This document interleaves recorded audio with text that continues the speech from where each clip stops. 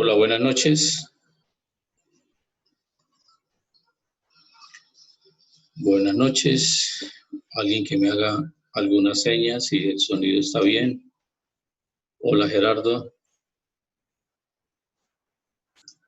¿Cómo vamos?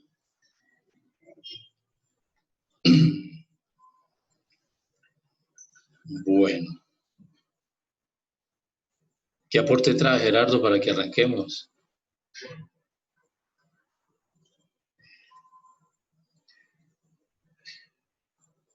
¿No se anima?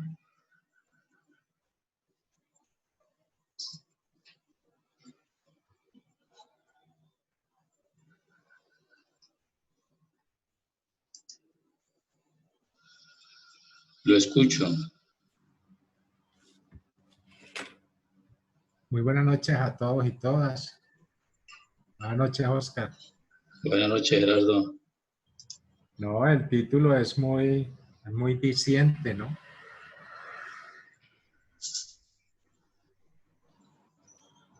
Pues, inclusive, porque le causa como sensación de risa.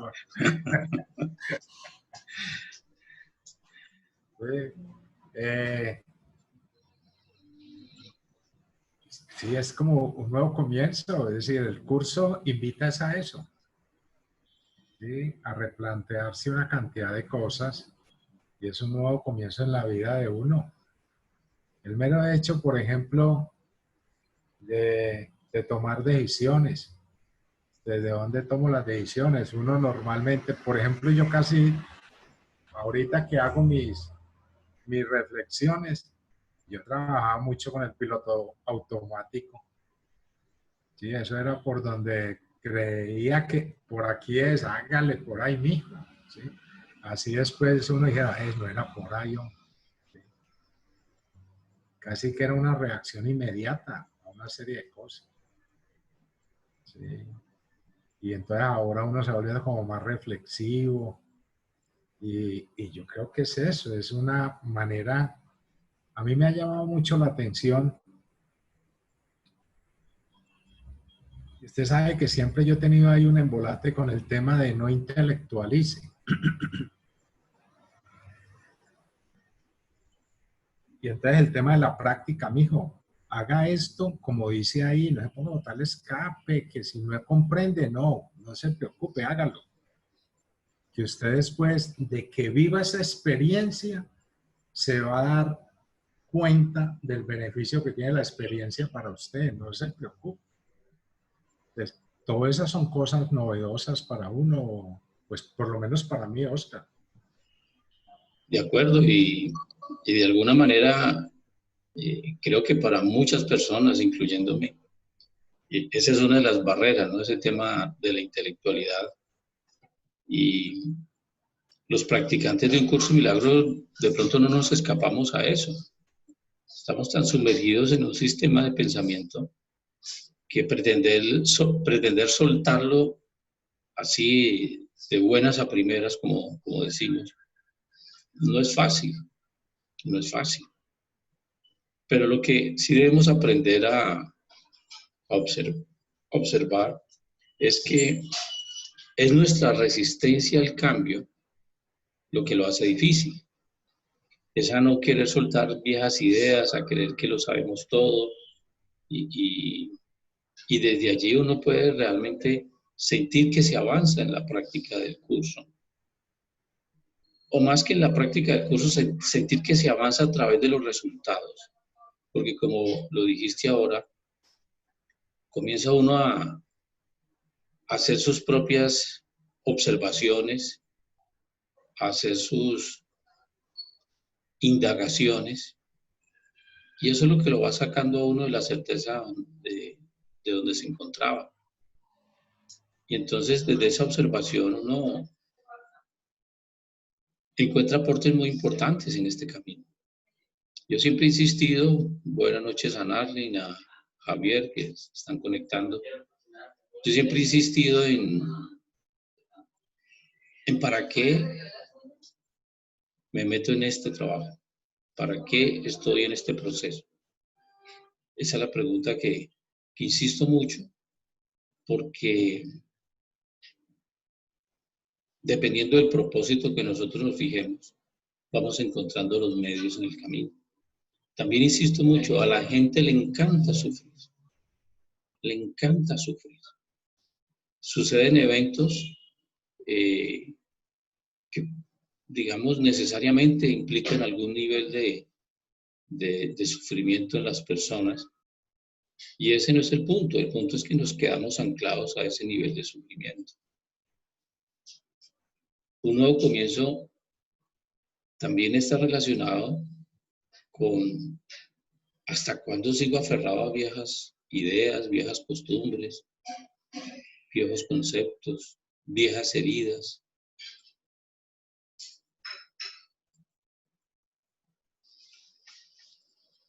¿Hasta cuándo sigo en eso? Aferrado al pasado. Aferrado al pasado, anclado a un futuro que no existe. Entonces, un nuevo comienzo tiene que ver con soltar ese tipo de cosas. Entonces, la pregunta necesaria, la pregunta indispensable es, ¿hasta qué punto estoy dispuesto a soltar la certeza? La certeza. En los años 90, no recuerdo la fecha, 90 y algo, un personaje le dio por robar 2 bancos el mismo día y sin cubrirse la cara. Algo como ilógico, ¿no? Normalmente los que van a robar los bancos se tapan la cara. Él no lo hizo. Rápidamente la policía, eso fue en Estados Unidos, la policía lo ubicó, lo arrestó. Y él es muy sorprendido de por qué lo habían arrestado. Le preguntó a la policía, ¿cómo me descubrieron? Y la policía le dijo, pues muy sencillo, usted nunca se cubrió el rostro, entonces identificarlo fue demasiado fácil. Él en tono de reclamo expresó algo que de allí, de esa expresión, se proyectó un trabajo desde la psicología. La expresión de él fue, pero si yo me eché jugo de limón y a mí un amigo me dijo que el jugo de limón me volvía invisible.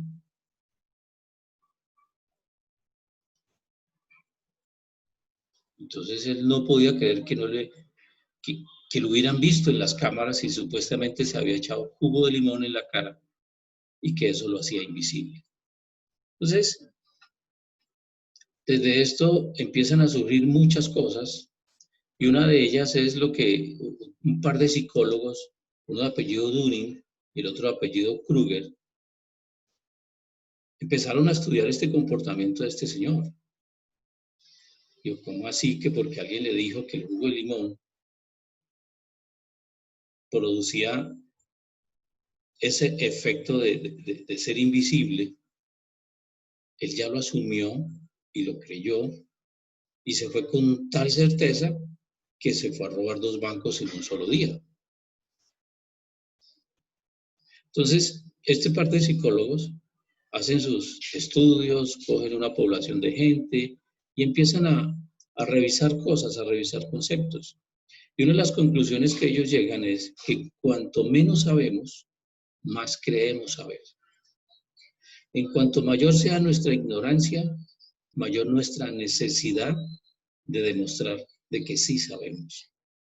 Eso es lo que la psicología llama sesgo cognitivo.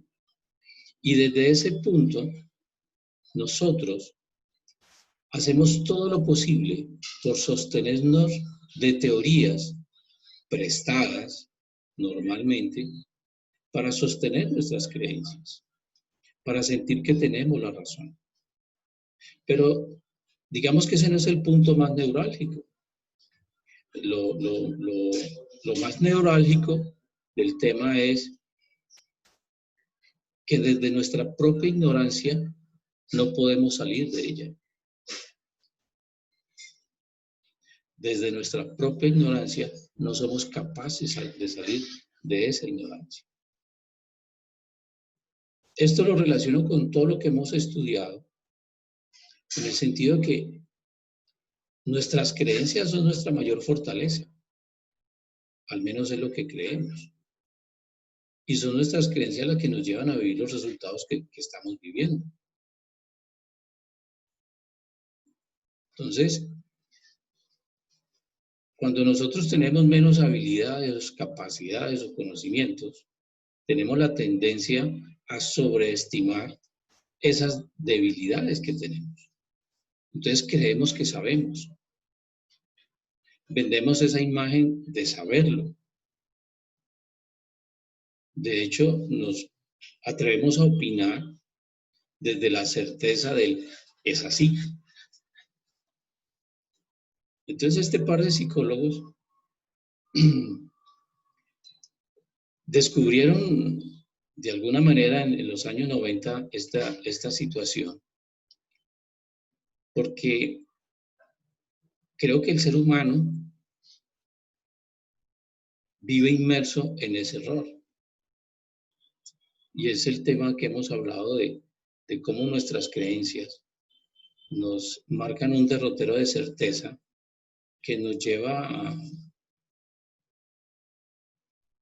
afirmaciones o a comportamientos que por el hecho de que para nosotros sean reales, no los hace verdad.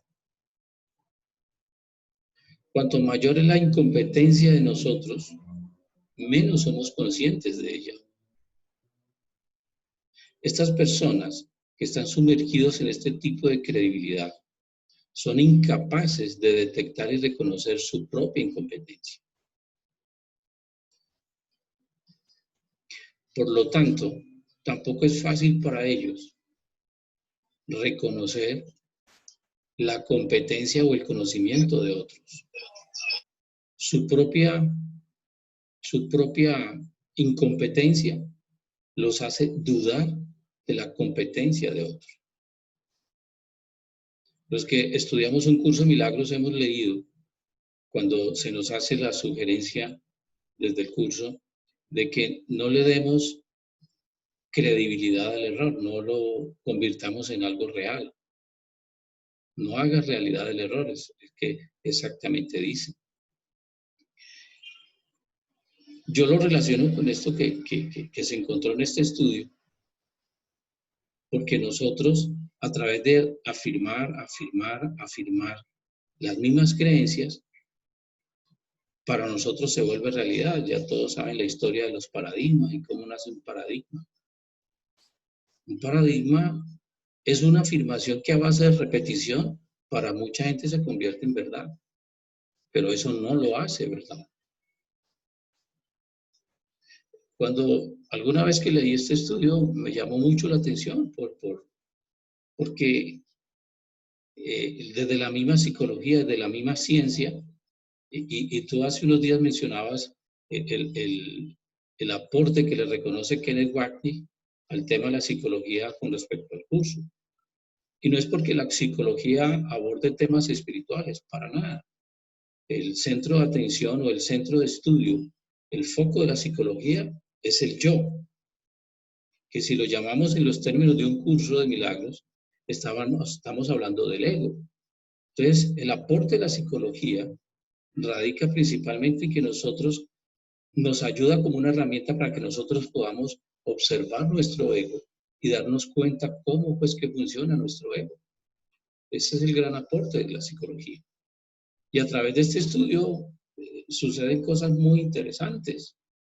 Cómo el ser humano, a través de la historia, yo lo llamo así, una de sus aficiones preferidas es asumir como propias las ideas de otros, obviando o pasando por alto la experiencia personal.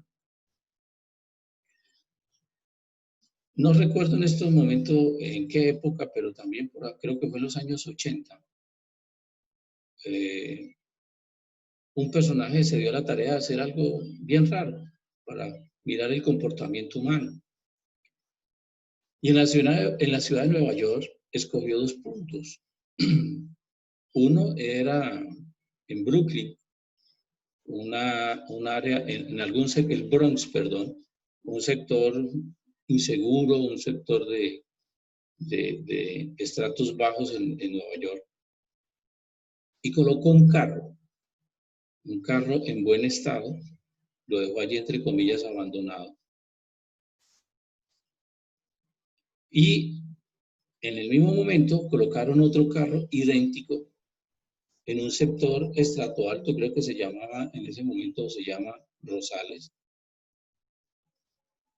Dejó los dos carros en perfecto estado y aparentemente abandonados. Obviamente el que dejó en el Bronx duró muy poco tiempo en buen estado.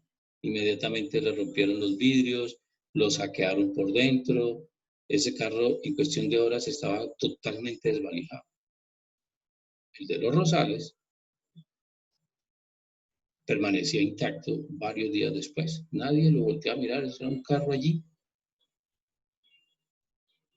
Al ver que no pasaba nada con ese carro, a él se le ocurrió, a este señor de estudios se le ocurrió la idea de romperle un vidrio. Tan pronto le rompió un vidrio, empezaron a saquearlo. Recuerdo que ese está ubicado en un estrato alto. Para hacer breve el cuento, una de las grandes conclusiones del estudio es que una de las cosas que nos motiva a los seres humanos para actuar es lo que podemos llamar la negligencia, el caos, el desorden, y fácilmente nos unimos a él. Y es muy difícil salir de estos estados. Ustedes lo pueden investigar, lo buscan en internet como el estudio de la ventana rota, así se llama. Se utiliza mucho a nivel organizacional para mirar lo que es el comportamiento humano. En la medida en que ve cierto desorden, inmediatamente se adhiere a ese desorden. Por el contrario, también cuando ve cierto orden, se adhiere al orden, pero es una imitación de comportamiento, no necesariamente de cambio de mentalidad. Ustedes se acordarán también que en Nueva York hubo un alcalde que se llamaba, o era de apellido Giuliani, el alcalde Giuliani en Nueva York. Pues cuando él cogió la alcaldía la primera vez, porque creo que fue alcalde varias veces, uno de los puntos de esconder de Nueva York era el metro. Si tuvieron la oportunidad de andar en ese metro, al menos en esas épocas, eso era un atracadero, olía a comida, era un basurero literal. Los trenes eran todos grafiteados completamente.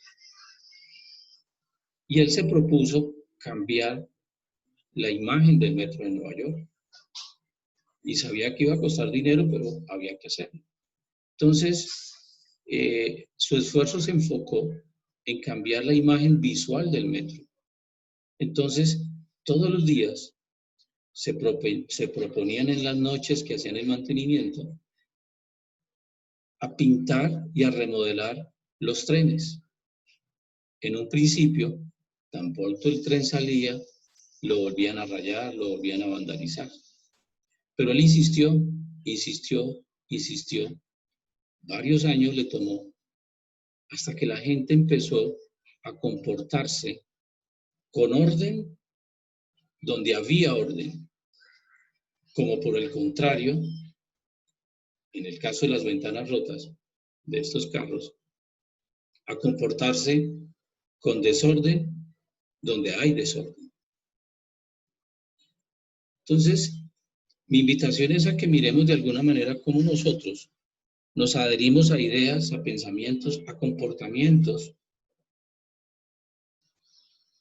sin realmente que podamos observar cuál es nuestra motivación real. Salir de estos estados, tal como lo mencionamos en el estudio al principio de esta charla, no es posible, a no ser que nosotros mismos empecemos un proceso de autoindagación. Es un proceso que tiene que ver con empezar a cuestionar las creencias que sostengo y por las cuales están determinados mis comportamientos.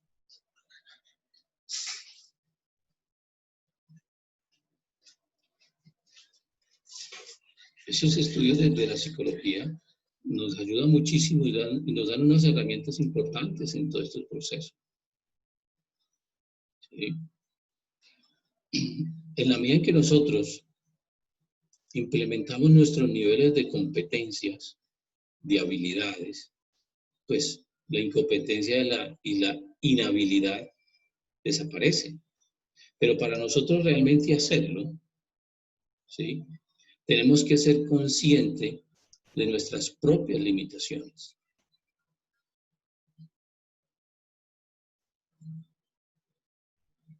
Y esto puede sonar muy contradictorio, pero es paradójico. Es decir, en la medida en que yo veo mis limitaciones, me puedo dar cuenta de mi propia grandeza.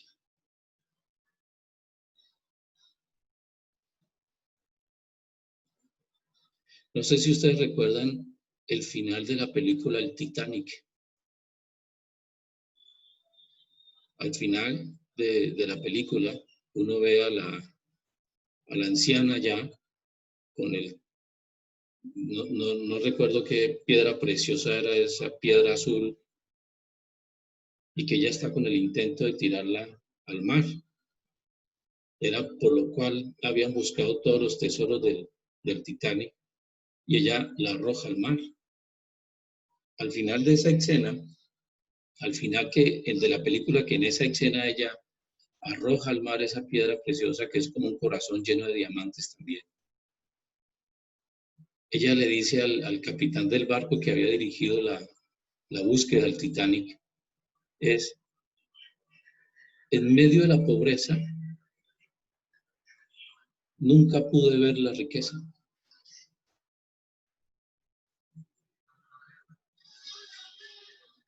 Mientras nosotros nos creamos seres limitados, nunca podremos ver la grandeza.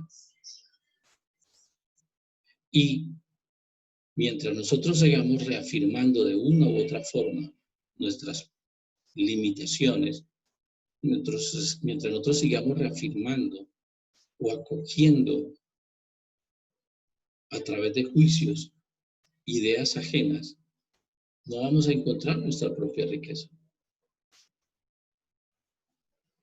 Y es por el contrario, en vez de rechazar nuestras limitaciones, es acogiéndolas. Cuando soy consciente de mi limitación, es cuando encuentro mi propia grandeza. Porque las limitaciones son la creencia mía, son fabricación de mi propia mente. Es mi propia mente quien creó un ser limitado, un ser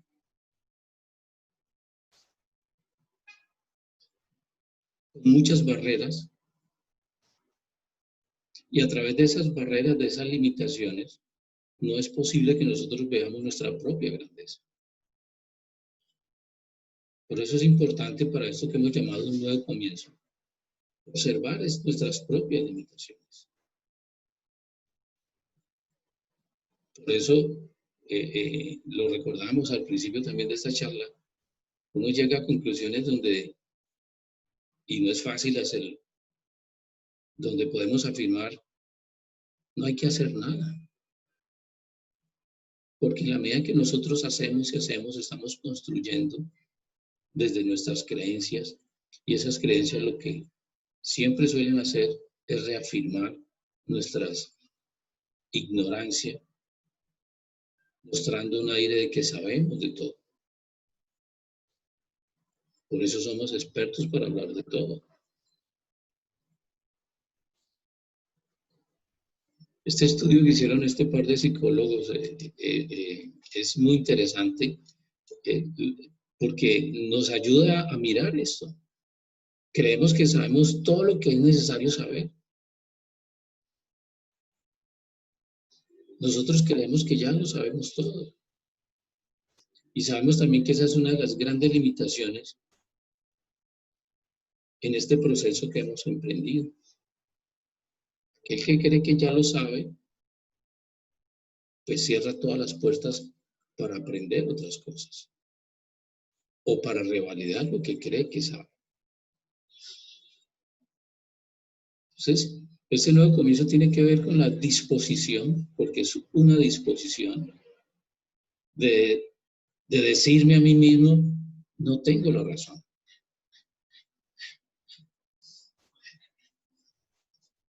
Y desde allí uno encuentra una fuente superior o un poder superior o Dios, como lo quieran llamar, que es la fuente de toda esta sabiduría. Y al unirnos nosotros a esa fuente, todas las limitaciones se desvanecen. ¿Qué es la oscuridad? La oscuridad no existe. Lo que existe es una ausencia de luz. Entonces, cuando la oscuridad es expuesta a la luz, la oscuridad desaparece. Pero nosotros queremos coger la luz y exponerla ante la oscuridad para demostrar que la oscuridad existe y que es real.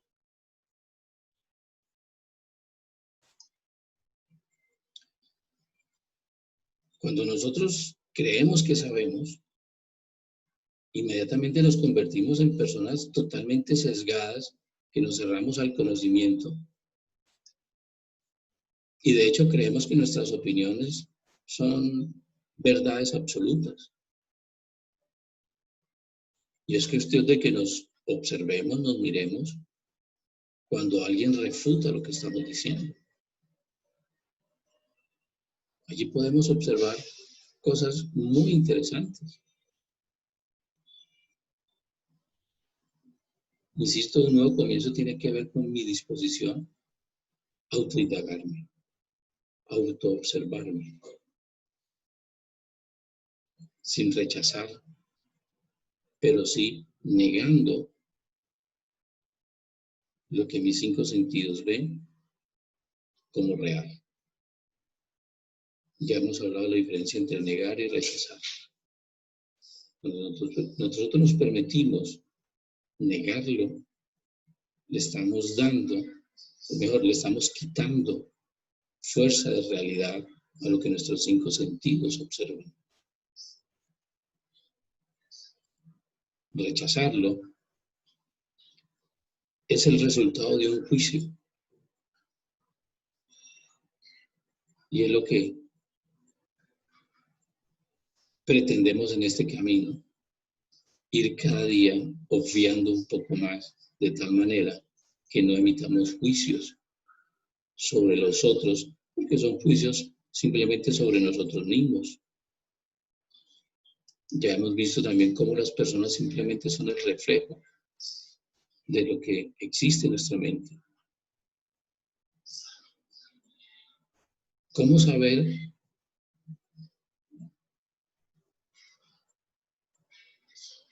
que soy una sola idea?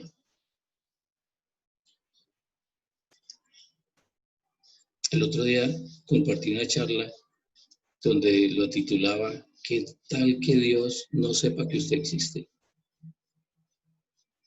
Y como individuos personales, como cada uno con la identidad que tenemos, Dios no nos reconoce, porque somos una unidad.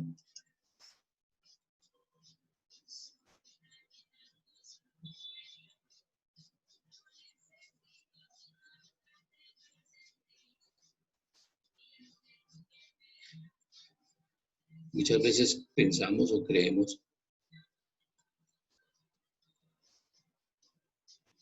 que nuestras debilidades son nuestras fortalezas. Y por el contrario, que lo que es nuestra fortaleza normalmente es arrogancia. Arrogancia es creer que somos lo que no somos.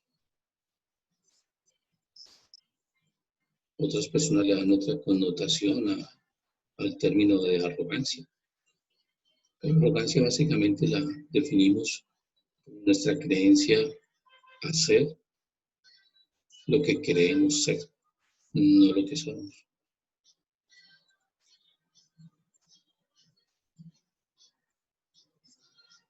Buenas noches a los que no he saludado. Bienvenidos. Los aportes, Juan Jairo, Ana, quien no hemos saludado, Carmen, Natalia, Alejandro, Luzmila, Yoga, Leli, J7 Neo, Matrix, la Matrix. Cuéntanos, John Jairo.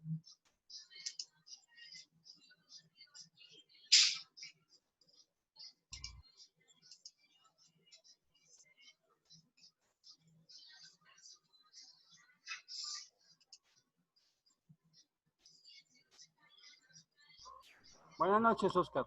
Buenas noches. ¿Me escucha bien? Buenas noches a todos. Nadie Sí, se escucha bien.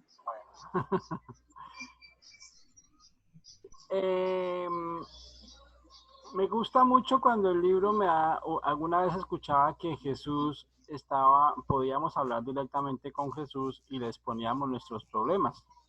Y la respuesta para Jesús era simplemente una sonrisa.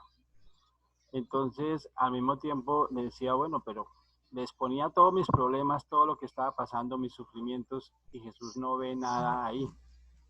¿Sí? Pero la pregunta va dirigida es, ¿cuál es tu opinión cuando dices no hay que hacer nada? ¿A qué se refiere con esa expresión?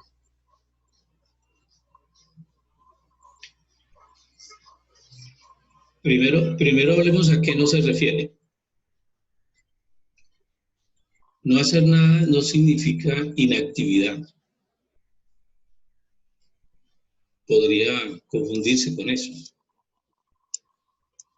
No hacer nada, cuando Jesús nos dice no haga nada, se está refiriendo, no recurra a su caja de creencias. No recurra a ese sesgo cognitivo que lo hace creer que usted sabe cuál es el problema y que sabe cuál es la solución. Cuando uno sabe cuál es el problema y cuál es la solución, lo que hace es recurrir a su contenido mental. Es lo que normalmente hacemos. Hacer nada hace referencia a unirse a esa fuente a través de la cual llega lo que tengamos que hacer. A eso se refiere Jesús cuando dice no haga nada. Entonces vuelvo con mi pregunta sobre el libre albedrío. El libre albedrío es unirme a esa disposición, unirme a la voluntad. ¿A qué debo unirme, mejor dicho, dentro de mi libre albedrío? Dentro de un curso de milagros, el libre albedrío básicamente que nosotros tenemos es escoger al Espíritu Santo o escoger al ego. Cuando no hacemos nada, estamos escogiendo al Espíritu Santo. Cuando hacemos algo, estamos escogiendo a nuestro ego. El libre albedrío realmente no existe. Solo existe en este plano de conciencia, donde hay un ser que es consciente y un algo de lo que es consciente. Pero entendido bajo el esquema que creemos entenderlo, básicamente la única decisión que nosotros debemos y podemos tomar es seguir la orientación del Espíritu Santo o seguir la orientación de nuestro ego. ¿Cómo me doy cuenta que estoy bajo la orientación del ego? Por los resultados. Hay situaciones de infelicidad, hay situaciones de alegría, y estamos siempre en ese plano, ¿cómo se podrá decir? Ambivalente tal vez, una dicotomía de estar en un punto, el otro día en otro punto, y estamos siempre en ese trasegar de un estado a otro. Entonces el libro albedrío, desde este plano podemos mirarlo, que solo tiene aplicación allí. Ya lo he expuesto con respecto a cuando vas a un restaurante. No existe libre albedrío cuando vas a un restaurante y solo te dan 5 o 6 opciones. Eso no es libre albedrío. Simplemente escoge la opción o que menos te desagrada o entre las que se te presentan, la que más te agrada. Pero no hay libre albedrío. Acabas de hacer referencia a plano de conciencia. ¿Cuántos planos de conciencia te refieres? ¿Cuántos hay? Un curso de milagros no enumera planos de conciencia. No dice que existen 2, que existen 3. Simplemente nos hace caer en cuenta que hay diferentes niveles de conciencia, pero no como planos y tampoco están numerados en un curso de milagros.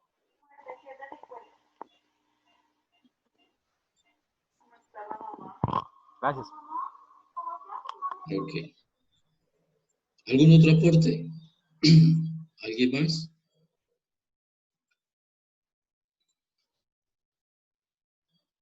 ¿No más?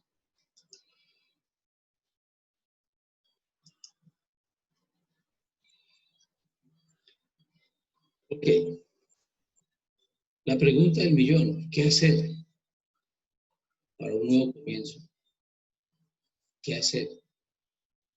¿Qué podría hacer? ¿Quién me ayuda? A ver si así nos animamos más. ¿Quién me ayuda? ¿Qué hay que hacer? Mientras me tomo un café.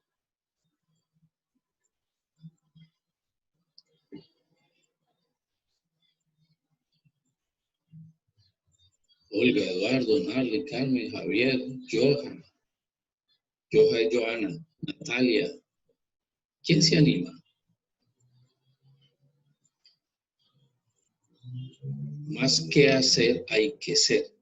¿Y cómo lograr ese ser? Algo hay que hacer.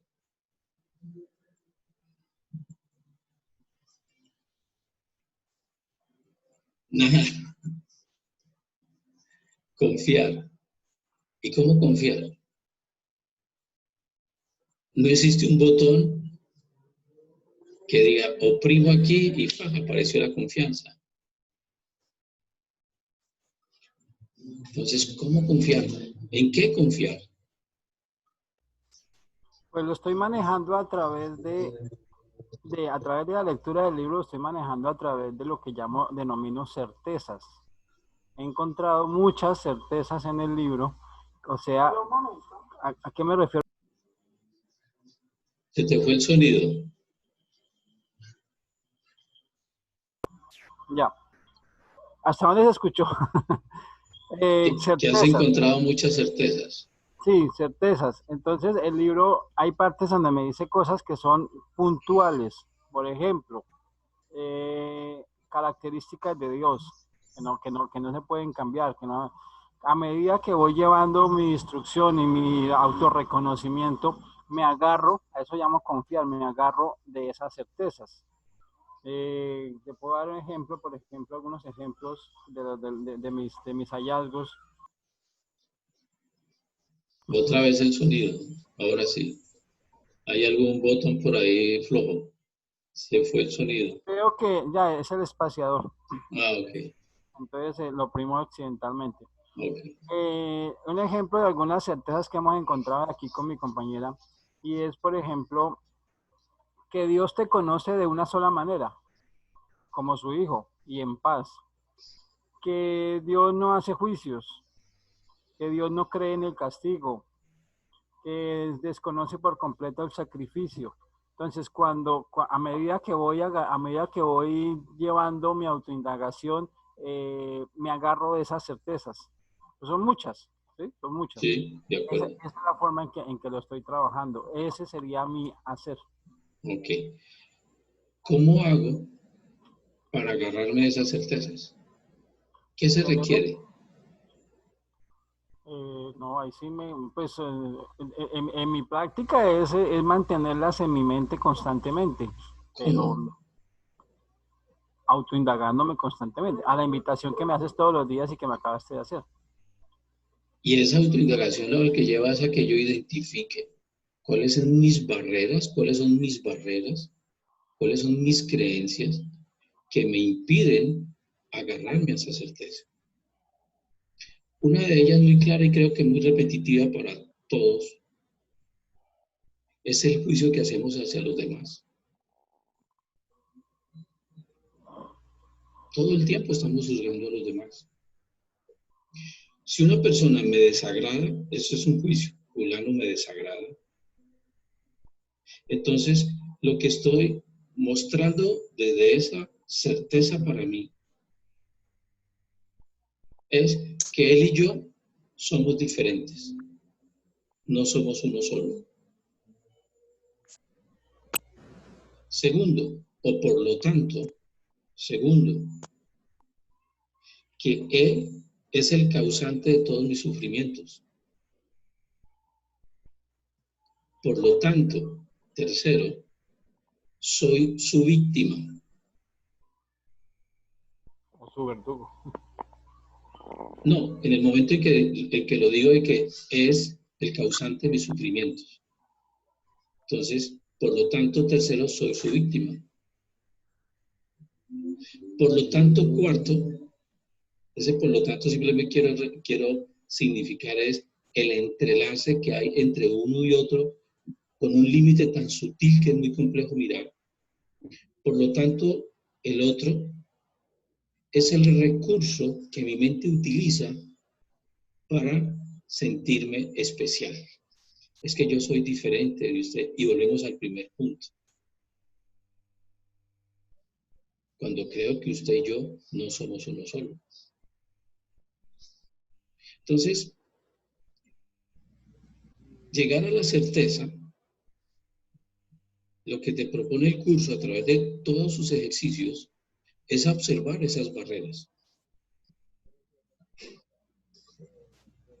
La medida que yo voy observando esas barreras a través de mi vida cotidiana, a través de los comportamientos que tengo en el día a día, a través de mi observación, es que me doy cuenta de qué creencia o de cuáles creencias es que estoy aferrado.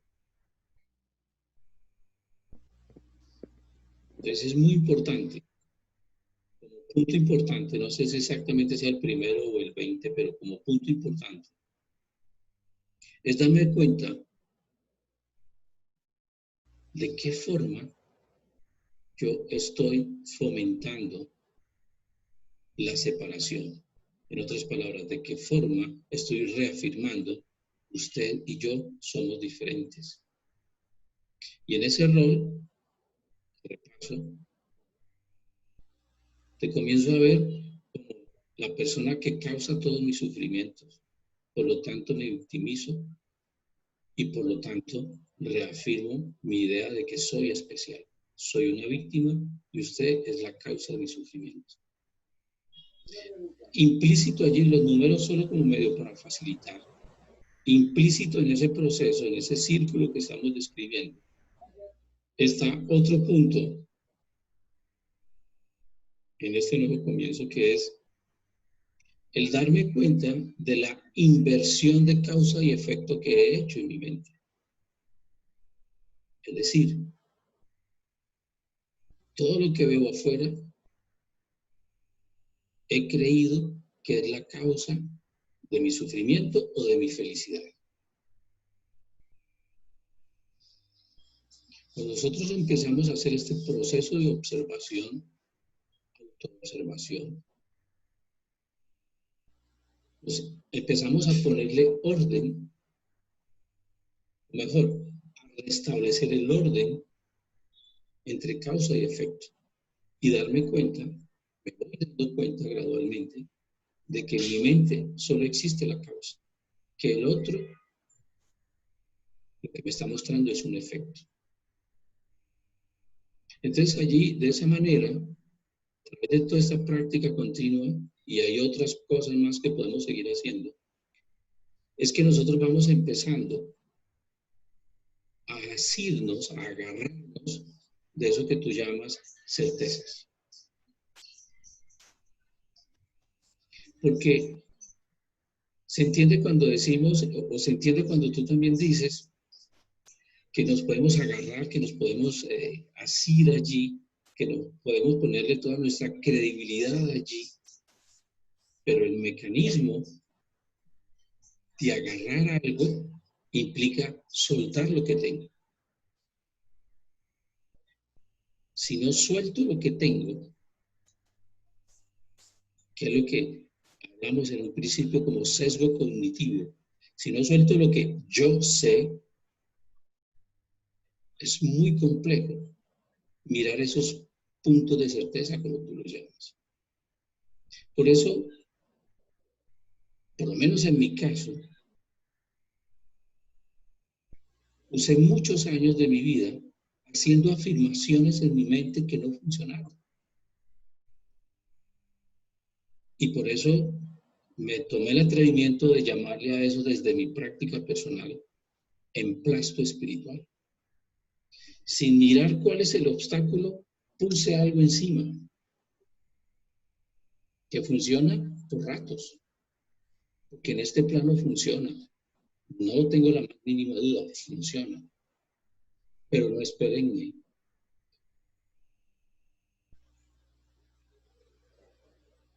Lo que hace que el otro día alguien me preguntaba, ¿el poder de la palabra? Entonces, si existe, la palabra no tiene poder. No tiene poder. Lo que le da poder a la palabra es tu creencia. Eso es lo que le da poder. Si te crees un pobre, por más que repitas que eres rico, rico, soy rico, soy rico, no te va a funcionar, eso no te va a sacar de la riqueza. Pero cuando empezamos a observar el verdadero obstáculo en nuestra mente hacia la abundancia, que es la creencia en la escasez, allí realmente podemos dar un paso importante para salir de eso y llegar a ese estado de confianza. Pero insisto mucho, es a través de esa observación. ¿Los otros ayudan? ¿Las otras personas? Sí, claro. Porque yo les he dado una connotación de realidad. Para mí existe el otro. Esa es mi creencia.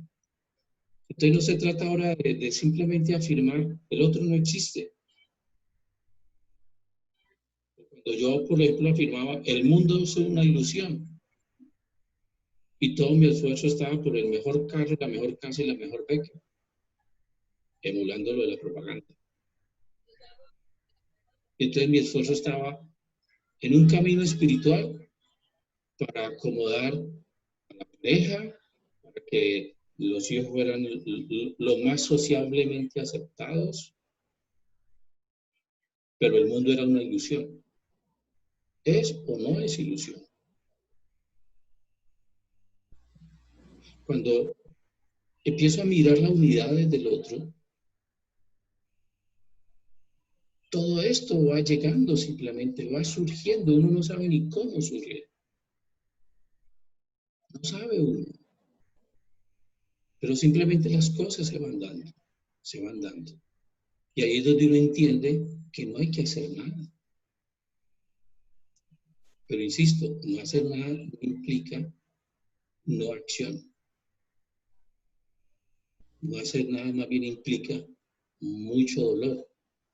Y permítanme expresarlo de esta forma. ¿Por qué? Porque es una observación continua a mi contenido mental y esa resistencia a observarla, esa resistencia a reconocer lo que encuentro allí, es lo que me genera mucho dolor.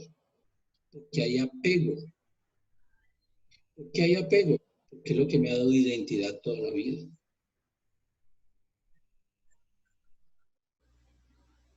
Ser espiritual nos da identidad.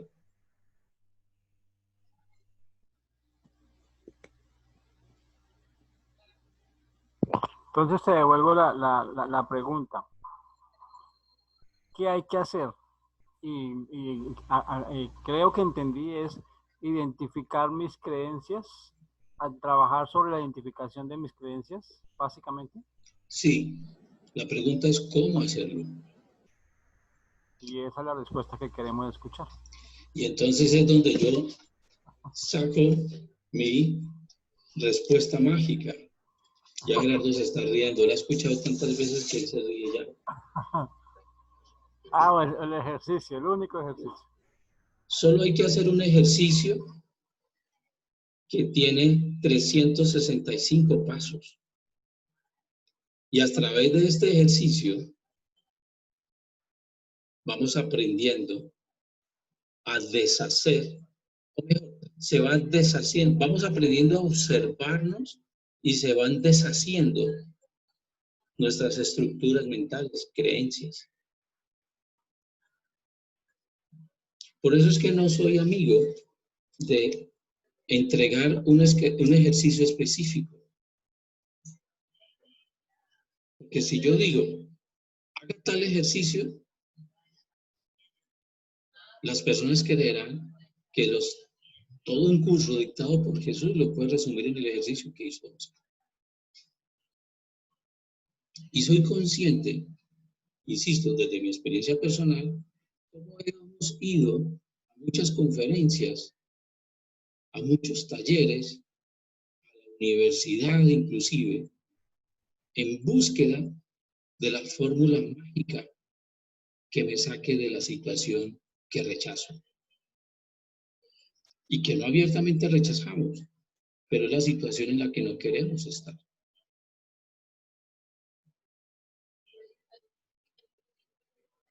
Entonces, el cómo es un proceso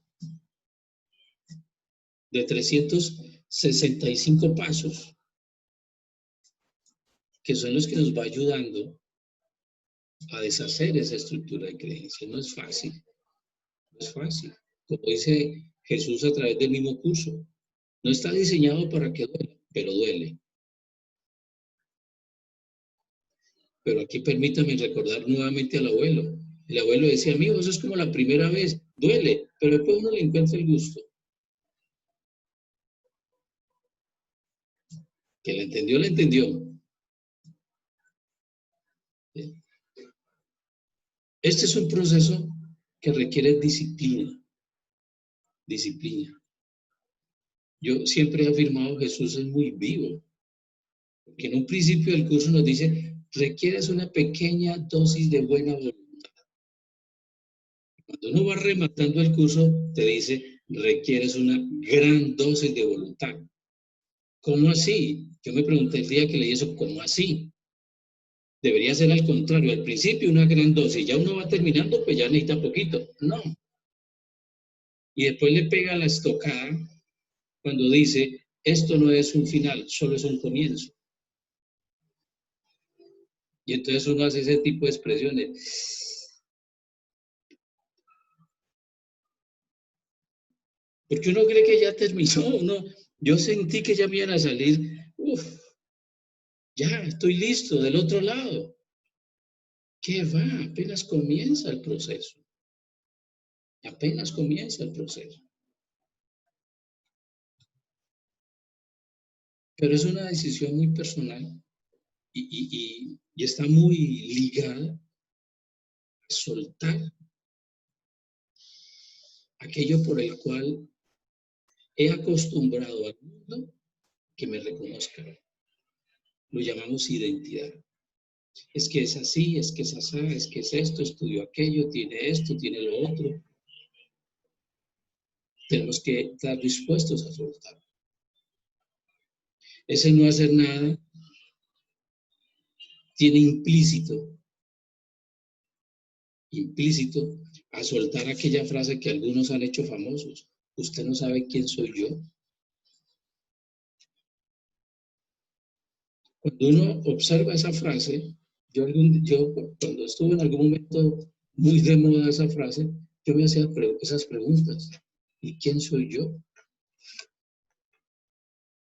Y empecé por encontrarme qué era lo que me definía y con lo cual me presentaba ante las personas.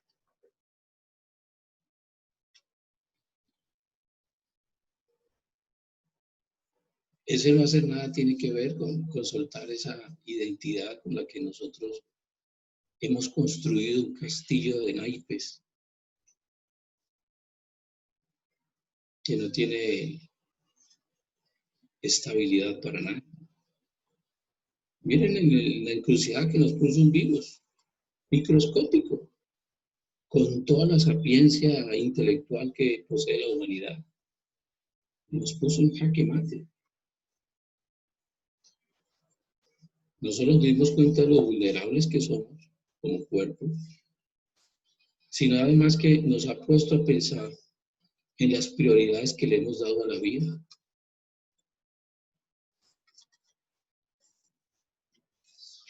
Prioridades que no hemos querido soltar y uno lo ve. Uno asomarse y uno lo mira. No es sino cuestión de mirarse al espejo y uno se da cuenta de lo que no quiere soltar. Se resiste uno a soltarlo.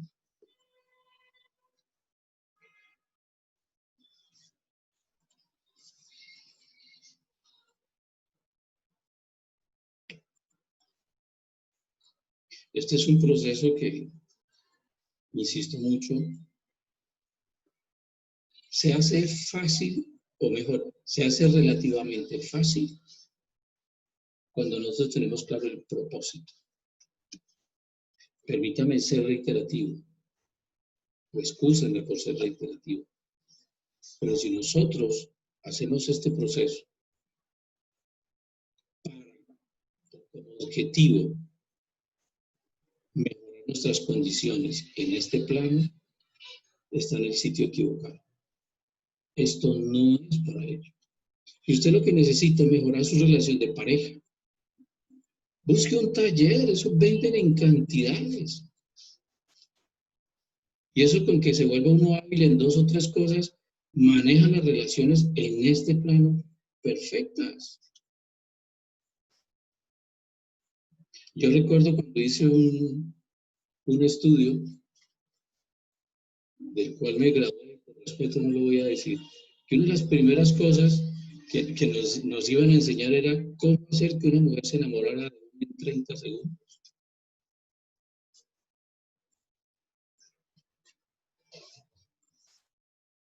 Entonces hay talleres, hay cursos, hay técnicas que venden que en este plano funcionan porque la mente es poderosa. Lo mismo para volverse rico. Para ser rico lo único que necesitas es pensar en riqueza y todo en función de la riqueza. Y si no, pregúntenle al rey Midas, todo lo que tocaba volvía oro, porque su mente solo producía ese tipo de pensamientos. Y siempre hemos dicho, fuera es el efecto de la causa. Si la causa aquí solo es plata, plata, plata, usted produce solo plata, plata. Pero este proceso no es para eso. Algunas personas creen que porque mejoraron la salud, entonces están en un muy buen camino espiritual, o por el contrario, si su salud se deterioró, es porque están equivocados en el camino espiritual que están haciendo. Error. Esos no son parámetros para medir tus niveles de conciencia altos ni bajos. No tiene nada que ver. Hay personas con niveles de conciencia muy altos y enfermos. Hay unas personas con niveles de conciencia muy bajos y sanos.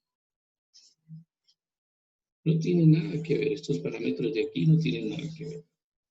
En otras ocasiones he entregado unas cuantas preguntitas que uno se hace y es lo que ya realmente lo lleva a uno a darse cuenta del proceso que realmente está haciendo.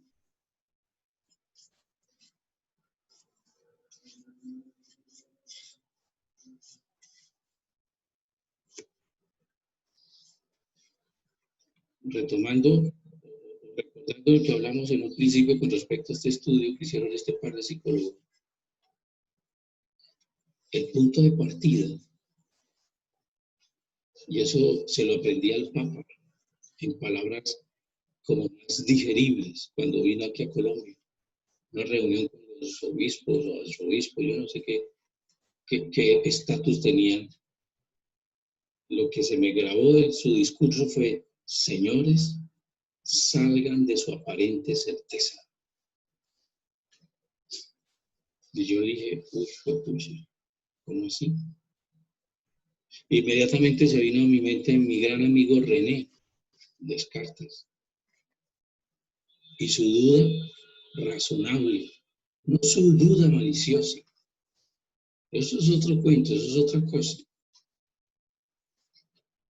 Como cuando uno llega a la casa y le preguntan, ¿de dónde viene? No, estaba con unos amigos. De verdad, en serio.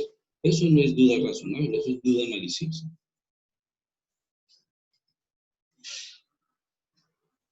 Pero la duda razonable no está dirigida hacia afuera, está dirigida hacia adentro.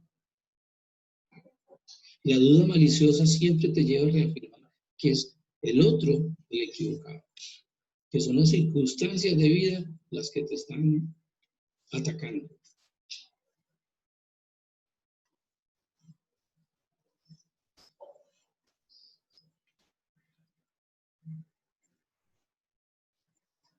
Si nosotros miramos ese sesgo cognitivo que tenemos, o como lo llamo yo, esa caja de creencias, es lo que realmente nos permite darnos cuenta a qué le he dado valor y a qué le he dejado de dar valor. Y allí es donde solo esa observación, y esto es lo que ya uno entiende que es lo que le complica la existencia, y es que solo esta observación es suficiente. Nosotros estamos enseñados a que nos den la fórmula y pagamos por las fórmulas. Yo he hecho el ensayo cuando hacía charlas presenciales antes de la cuarentena. Yo colocaba la fórmula de la felicidad. Iba mucha gente. Y si cambiaba solo el título, no el contenido, ¿desea ser feliz? Poquita gente.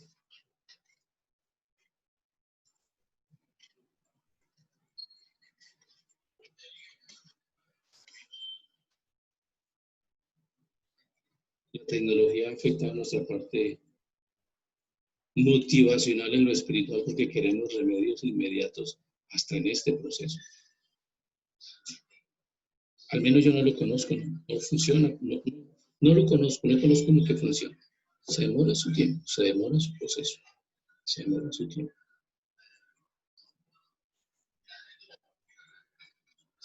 Se demora. Así que para quienes siguen un curso de milagros es muy sencillo, solo hay que hacer un ejercicio que tiene 365 pasos.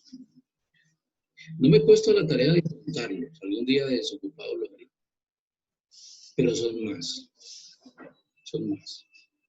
pasos. Uno cada día, uno cada día, uno cada día. Y como decía Napoleón cuando lo vestían, despacio que voy de afán.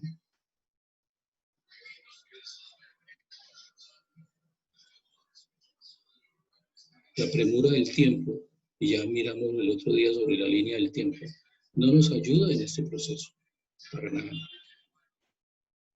Ya sabemos que cuando estamos emitiendo juicios, porque estamos anclados al pasado. Cuando sentimos culpas, estamos enredando el presente. Y cuando sentimos miedo, nos estamos proyectando al futuro. Y ese enredo de culpas en el presente lo confundimos con vivir el presente. No tiene nada que ver, no tiene nada que ver. No tiene nada que ver.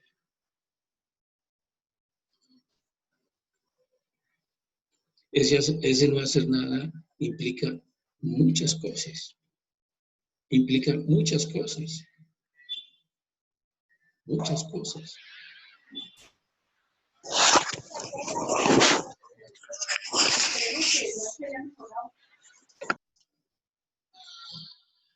Se habilitó un sonido por ahí. Muchas cosas. Para realmente aprender tenemos que soltar esa certeza de que sabemos.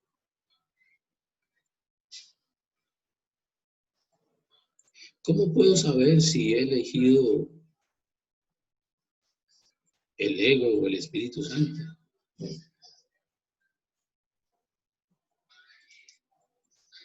¿Se acuerdan? El otro día entregamos unas cuantas palabritas. Preguntitas, es muy sencillo, ¿no? ¿Cómo me siento? ¿Estoy en paz?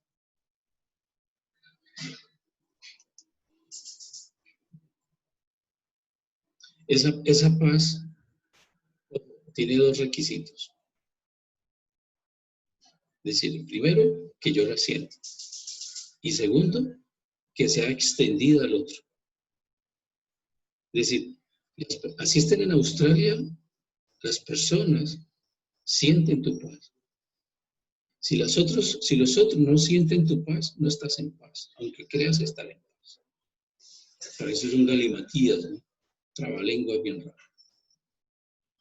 Aunque creas estar en paz, si los que están alrededor tuyo no están en paz, no es verdadera paz. No es verdadera paz.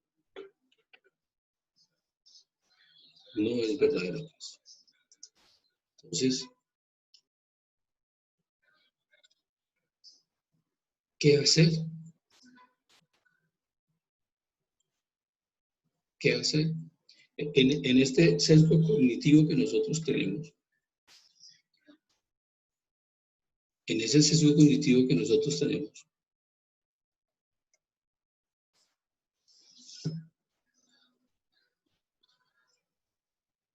siempre recuerdo a la señora en aquella conferencia que hice cuando un día le dije a las personas, no crean en Dios,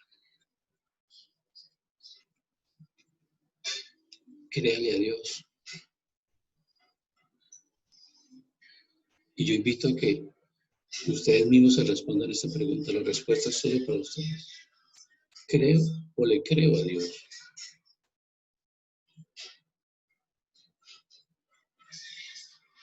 Cuando yo empecé a hacerme esa pregunta, me di cuenta que tenía un Dios adaptado a mis circunstancias, a mis necesidades.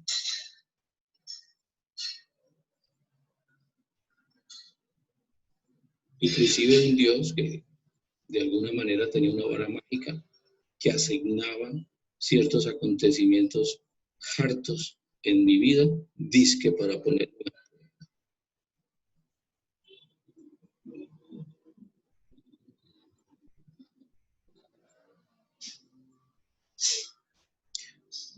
Esto es una opinión personal. Y creo que para hacer este curso, y tal vez para otros caminos espirituales, hay que tener clara esa respuesta. ¿Decido creer en Dios o decido creerle a Dios? Creo que en gran parte el éxito de ese proceso depende de la respuesta que le demos a esa pregunta, porque la respuesta a esa pregunta define el propósito.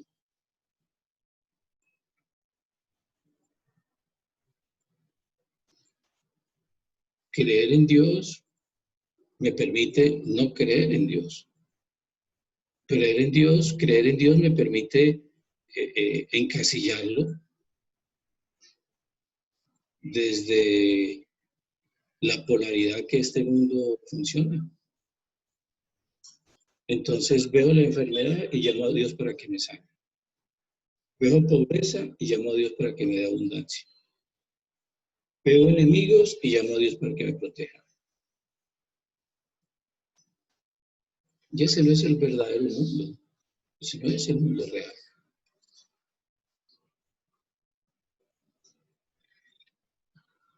Cuando uno decide creerle a Dios,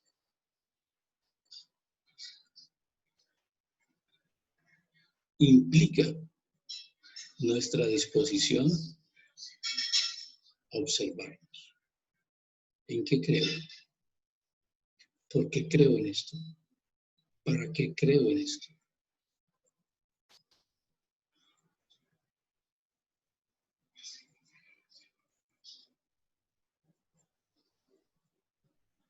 Y no puedo esta noche insistir, esto no es entendible. No es entendible. ¿Cómo tratar de entender aquellos que han experimentado la verdad? Lo que ellos han experimentado, cuando se requiere un esfuerzo casi que sobrehumano para tratar de poner una experiencia en palabras.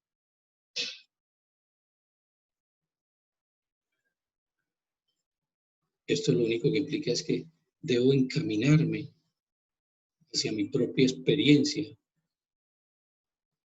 para encontrar esa verdad, pero desde la promesa de que existe esa verdad.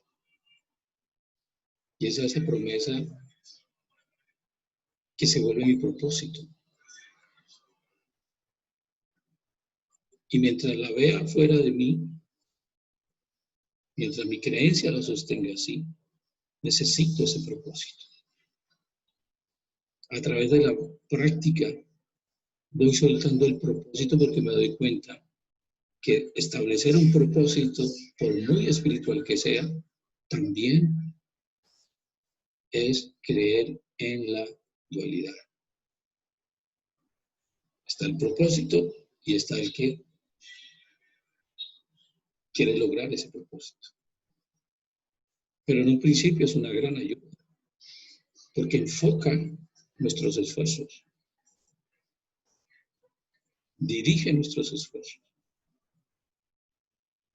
Y es el propósito el que determina los medios para nosotros lograr ese propósito.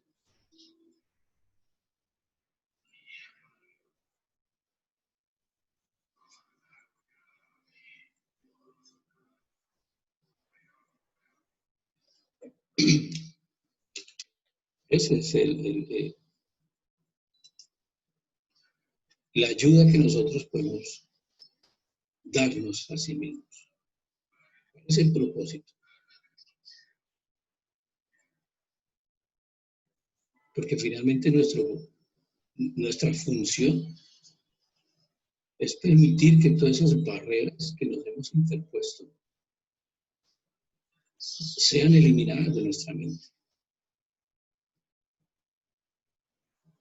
Y desde allí, esa fuente comienza a direccionar esas creencias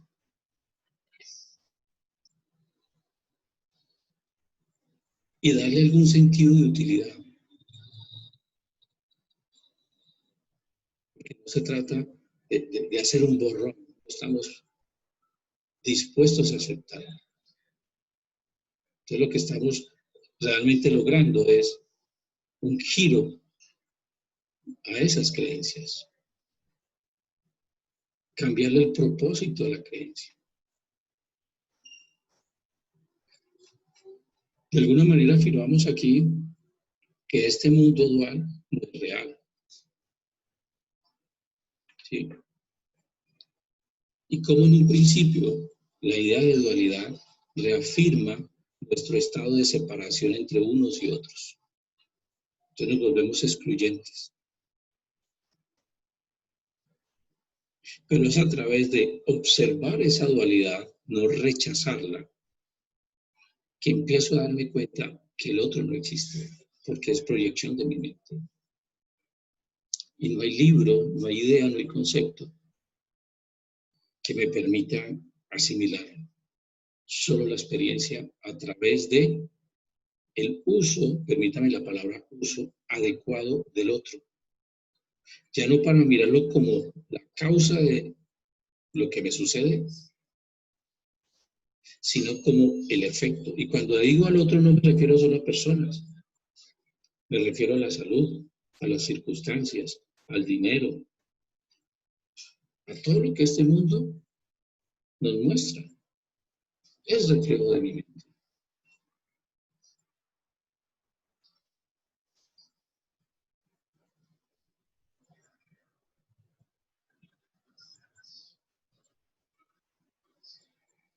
Y es curioso que no se permite mirar estas circunstancias, mirar al otro con otros ojos, con una disposición mental, eso me refiero a otros ojos, diferente a lo que siempre hemos recurrido, el velo se va corriendo. Y lo que en un principio era muy doloroso, se vuelve placentero, es agradable. Porque eso sí es perenne. Y lo curioso es que lo puede uno practicar con cualquier persona. Y eres de ese estado en donde las discusiones desaparecen porque no tienen sentido. Encontramos no un freno al juicio, sino no hay necesidad de juzgar. Porque cada quien está en la creencia que quiere. Y desde esa creencia tiene la razón. Y desde ese punto comienza uno a autodescubrirse de que no necesita defenderse.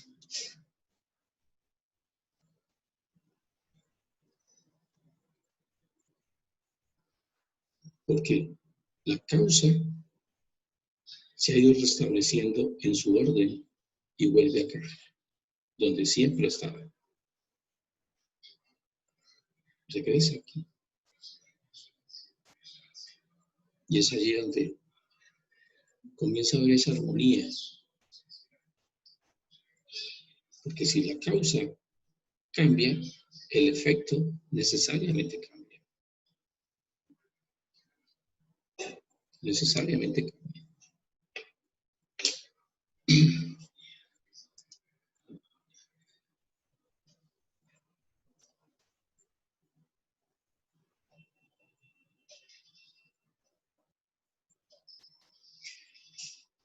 Nuestra decisión de juzgar es lo que nos hace perder el paz. Recordemos siempre que el juicio se basa en la percepción, nunca en el conocimiento.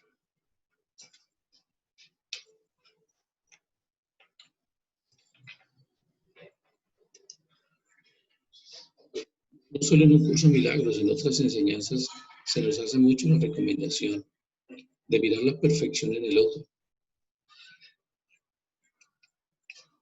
Hay que mirar la perfección en el otro, siempre nos dicen eso. Lo que pasa es que no lo podemos hacer. Porque esa perfección en el otro es un efecto de lo que tengo en mi mente. Entonces, ¿cuál es el pensamiento causa con respecto al otro?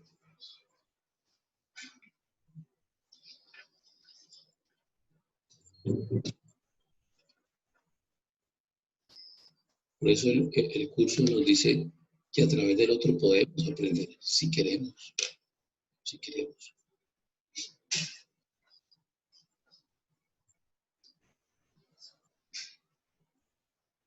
El comienzo tiene que ver con esa disposición a soltar ese sesgo cognitivo, ese sesgo intelectual que nos hace sentir diferentes a los demás, que nos hace lanzar opiniones desde una certeza equivocada,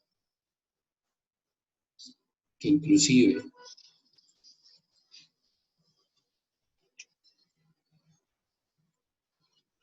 nos permite lastimar a las personas.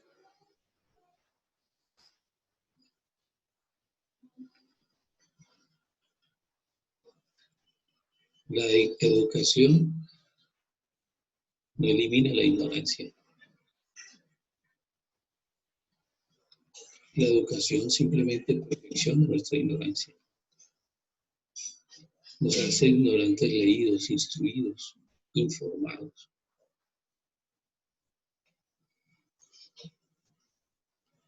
Lo afirmo desde la perspectiva de cómo la información que hemos adquirido en diferentes escenarios de la educación formal nos llevan a sentirme especial, es decir, diferente a los demás. Diferente a los demás.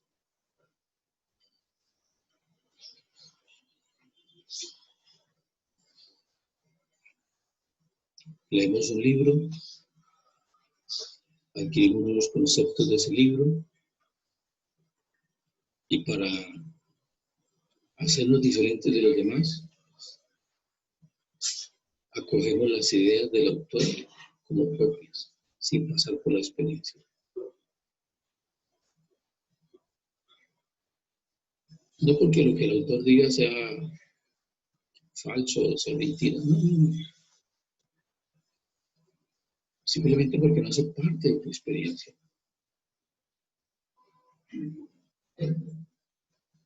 Y mientras no sea parte de tu experiencia, como dice un sabio de la India, solo estás propagando un chisme. Por eso es que un curso de milagros está enfocado en la práctica. En la práctica. Y el escenario de esa práctica son nuestras relaciones. Por eso siempre estamos hablando de eso. Porque nuestra principal barrera es nuestra creencia en la dualidad. Entonces, a través de esa observación es que encontramos su verdadero sentido.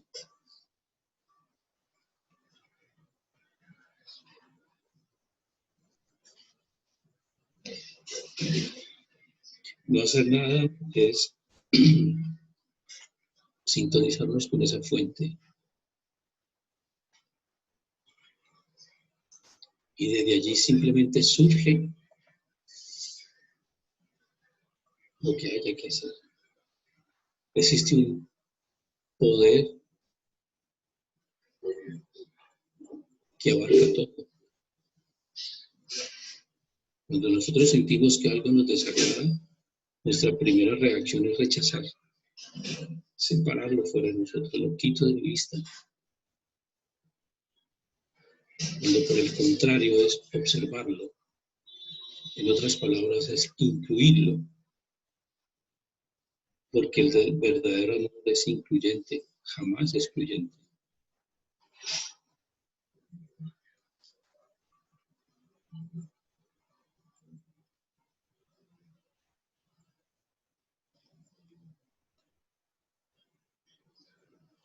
Por eso, cada que intervenimos en algunos procesos, en algunas conversaciones, solo escuchamos lo que queremos escuchar. Y lo que queremos escuchar está alineado con nuestro sesgo mental, con nuestras creencias. Por eso es importantísimo en este proceso observarlas, observarlas. Siempre recuerdo la abuelo. El pelo no está en su cabeza, el pelo no está en la sopa, está en su cabeza. Uno lo lleva a todo lado. Uno lo lleva. Uno se va para otro país y se vuelve el peatón más educado, se vuelve el conductor más educado, vuelve a Colombia. Por eso es que se nos insiste tanto en el curso, que eso no tiene nada que ver con modificar comportamientos, sino con cambiar nuestras creencias. Algunas culturas en el mundo, desde nuestro... Hablamos solo de Colombia. Desde Colombia los tenemos como los gran espirituales que son. Y generalizamos. Ya sabemos que no debemos generalizar. Pero no es siendo que te vayas para Cartagena y vas a ver que los señores del exterior que no se pueden tomar una cerveza siquiera en la playa porque son multados. Por eso es que ustedes han visto en las películas que cuando andan en la calle con algún licor, siempre van una bolsita. Ustedes ven en las películas, siempre van una bolsita. ¿Por qué? Porque en la calle no se puede andar con licor y la bolsita tapa el licor. Pero cuando los ves acá, en las playas de acá, el tema no es de conciencia. El tema son las limitaciones que me impongo o me imponen los demás.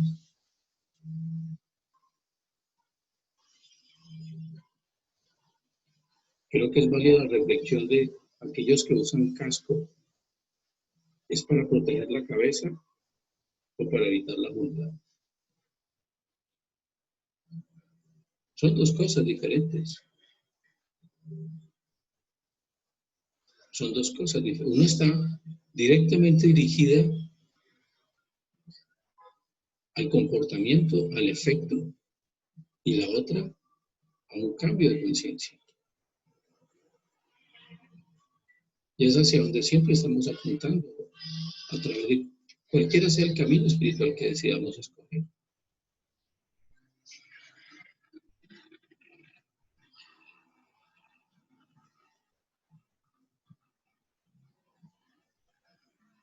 Entonces el camino de este proceso tiene que ver con observar todas mis barreras, todas esas limitaciones que yo he ido construyendo. Y son limitaciones que son las que me han dado ese aire de ¿cómo se dice? De superioridad, porque me distinguen sobre los demás. Es curioso cómo mi debilidad la convierto en una aparente fortaleza. Es como la persona que es muy débil interiormente y se muestra de mal carácter para poder esconder su debilidad.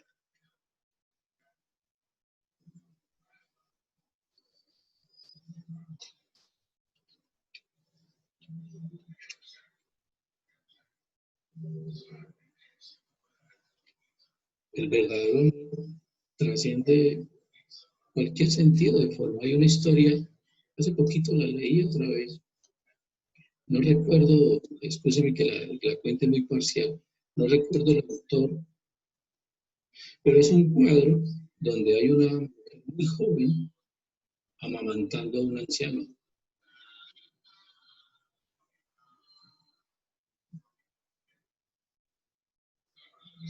Y la historia cuenta que el origen por el cual el autor de la pintura se inspiró para hacerlo es que este señor fue condenado a la cárcel a morir de hambre.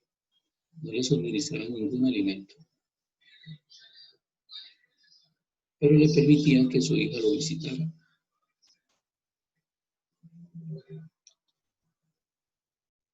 Ella no podía entrar ningún alimento.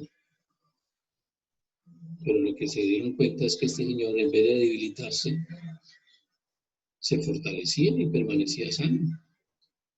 Hasta que decidieron investigar y era que ella, el amor que le tenía a su padre, lo amamantaba. Y él se estaba alimentando de leche materna. Yo no sé si esa historia es real, dicen que sí es real, pero más allá de eso, lo que me llevó a mirar esta narración es cómo el verdadero amor trasciende completamente las formas. A los ojos de los transeúntes, podríamos ver eso como algo pecaminoso. De hecho, hoy en día en muchos lugares es pecaminoso que una madre amamante a su hijo. ¿Ustedes se imaginan hoy en día una hija amamantando a su padre anciano para que no muera de hambre? ¿Dónde quedan nuestras barreras sociales? ¿Qué quedan nuestros conceptos, ideas éticas, moralistas? Un nuevo comienzo tiene que ver con el replanteamiento desde la duda razonable de todos estos escenarios.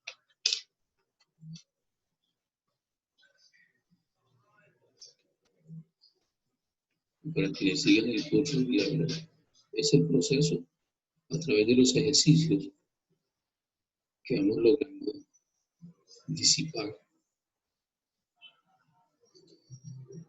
todas estas inquietudes, todas estas inquietudes. Así que sigamos observando, sigamos mirando cuáles son los juicios que hacemos.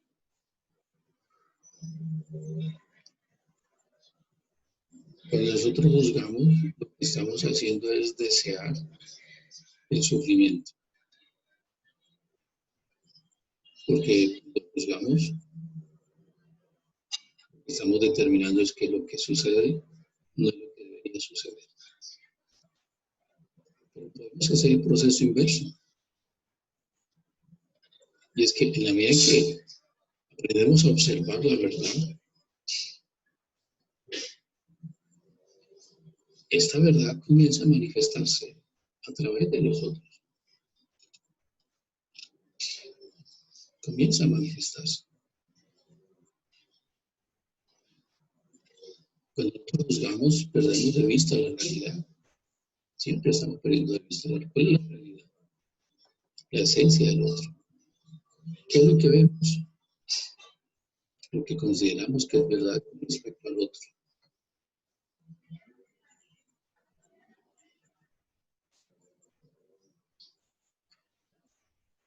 Hay una pequeña oración en un curso de milagros con respecto a no hacer nada, que dice,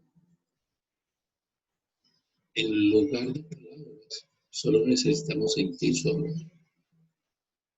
En lugar de oraciones, solo necesitamos invocar su nombre.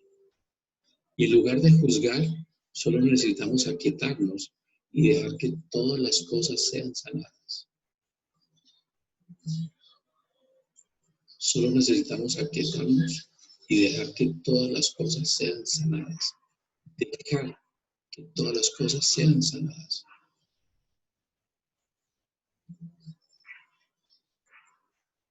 ¿Qué quiere decir eso? Nosotros intervengamos, la verdadera sanación no va a llegar.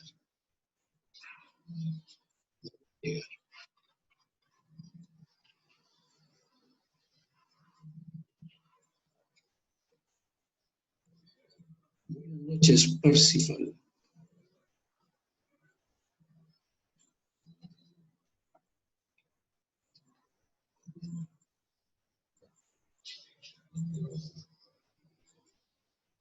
¿Algún comentario? ¿Alguien nos quiere aportar algo? ¿De uno solo está bien?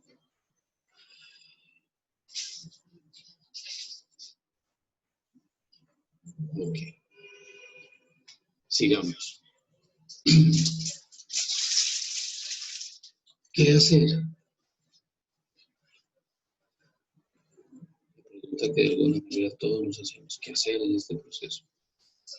Ya sé. Hablamos de un principio de la confianza. Y tendríamos que hablar de otros aspectos. De eso que llamamos valores. Pero hay uno fundamental que siempre debe estar presente. Creo que está clasificado como un valor, y es la integridad. Esa coherencia entre el pensar, el sentir y el hacer. Pensar, sentir y hacer.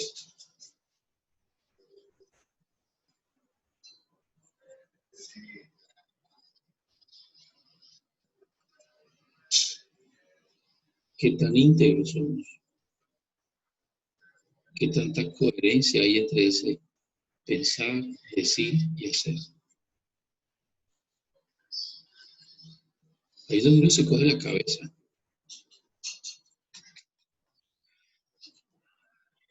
Comienza uno a mirar hacia adentro y ahí desde uno, es chévere, el proceso es chévere. Yo no sé en el caso de ustedes, pero en mí ha sido un proceso fuerte, doloroso. Soltar esas certezas duele, duele. Y como aquí no se trata de no sentir, sino por el contrario, de permitirse sentir. Porque toda la vida lo que hemos hecho es no permitirnos sentir. Todo está bien. Los demás son perfectos. Este mundo no existe. entramos más bien en un estado de rechazo. Por eso insisto, al menos en el caso mío, es un proceso doloroso, es un proceso de autorreconocimiento, de que no es como yo creo.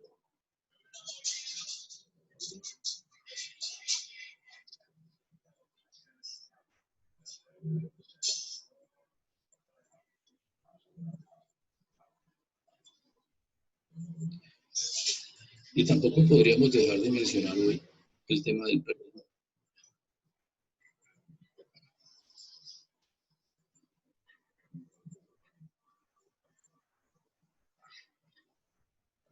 El deshacimiento del error. ¿Cómo deshacer un error? Pregunta, vamos a ver si se animan a hablar. Pregunta, ¿cómo se deshace un error?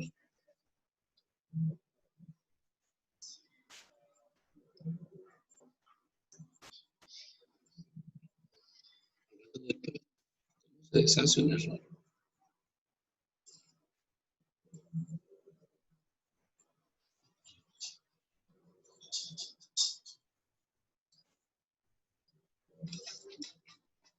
¿Lo están escuchando?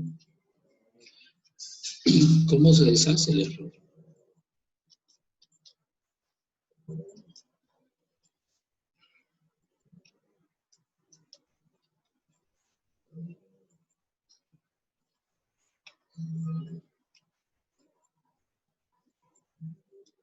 Es una pregunta, no sé si me están escuchando.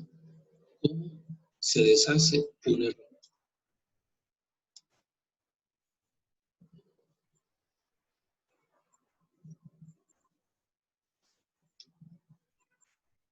Quien quiera hablar puede escribir en el chat, yo voy leyendo. Estoy preguntando, hablando del perdón, ¿cómo se deshace un error?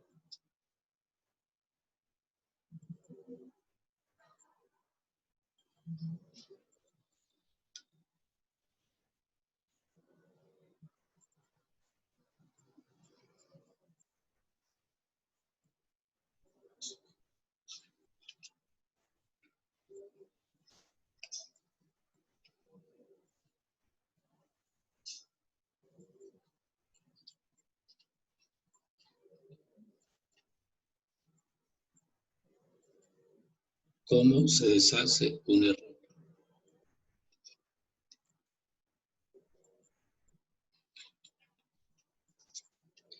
Cuando usted reconoce el error, de una vez va la respuesta, le está dando connotación de realidad.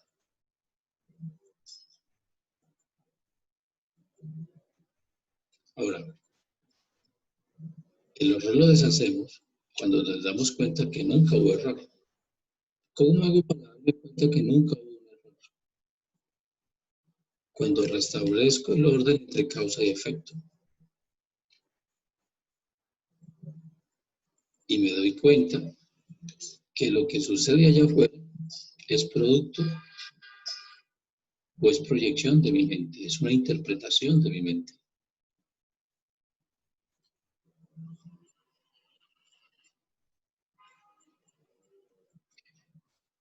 De alguna manera, tenemos que tener cierto camino adelantado en este proceso para abrirnos a la idea de que lo que sucede afuera no es real, no es nada fácil.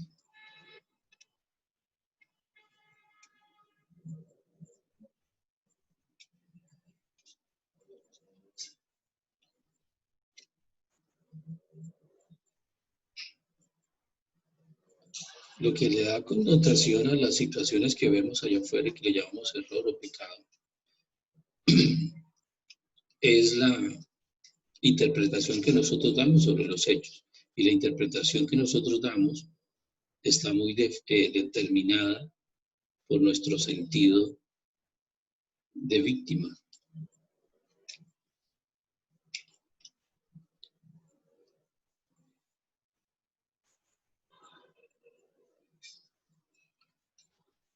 Sería lo ideal, la coherencia, dice Gloria. la coherencia, pero muy a menudo me pillo haciendo algo muy diferente a lo que primero pensé y luego manifesté. No suele suceder a muchos. De acuerdo a lo que usted dice, jamás hay error. De acuerdo con lo que dice un curso Milagros, lo que hay es percepción equivocada. Lo que le da connotación de error es nuestro juicio, desde la idea de que usted y yo somos seres diferentes.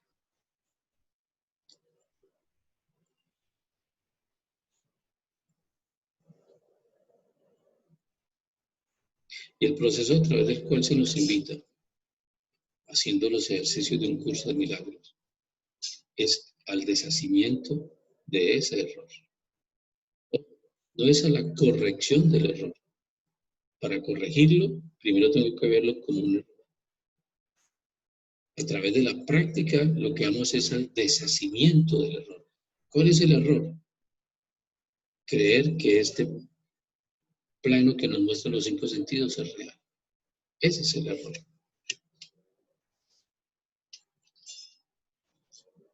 Pero no se sana nuestra mente corrigiendo el error. Sanamos deshaciendo el error. ¿Qué es deshacer el error? Pasar de la percepción equivocada a la percepción correcta.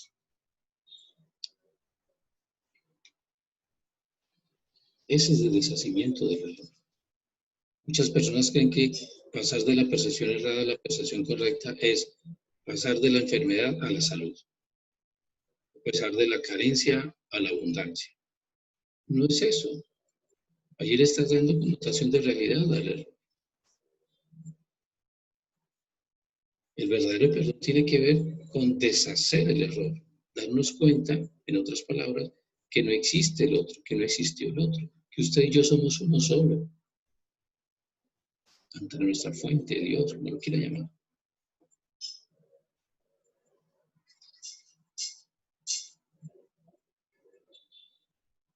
Pero yo no puedo dejar de insistir en que esto no es conceptual, esto no es entendible.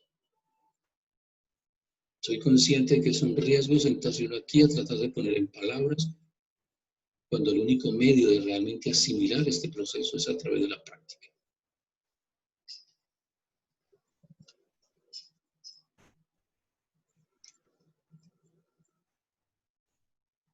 Es a través de la práctica. Por eso nunca dejo de insistir en la autoobservación, en la autoindagación. Y observar al otro sin juicios es autoobservación. Observar al otro sin juicios es autoobservación. Porque el otro es reflejo de mi mente. Las circunstancias son reflejos de mi mente. En el mundo hay maldad porque en mi mente existe la maldad.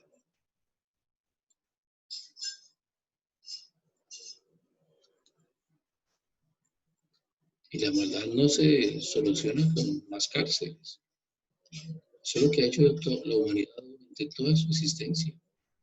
Y cada día se necesitan más cárceles.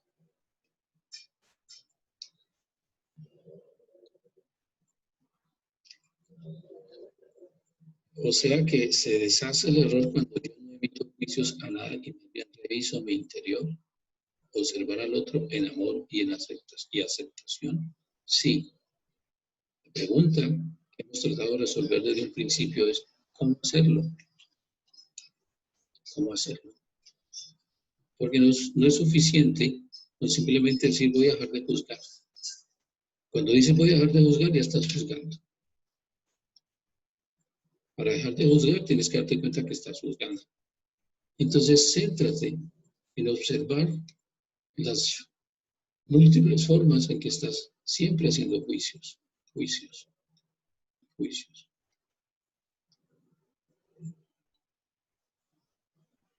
Y a la aceptación se llega cuando desistes de tu idea de que el otro o las circunstancias tienen que cambiar.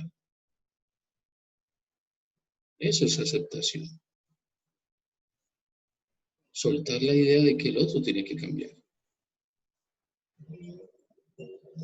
Y si a esa aceptación le colocas aprecio, es decir, valoras la existencia de ese otro como parte de tu proceso, como el elemento a través del cual te está mostrando tu contenido mental. Entonces logras sentir gratitud,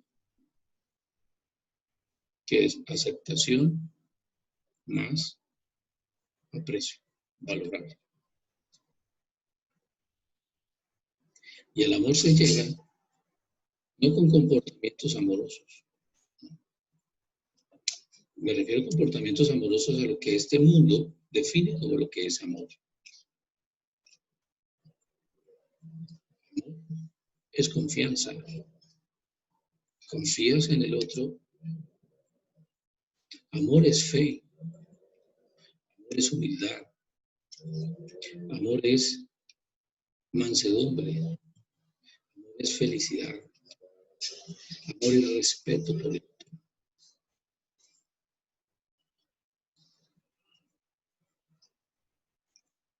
No somos amorosos simplemente porque el día de la madre llevamos regalos. El día del cumpleaños llevamos serenatas. Cuando esas expresiones surgen desde la gratitud, desde la humildad, desde la confianza, desde la honestidad, desde la integridad, son comportamientos amorosos. Estás experimentando.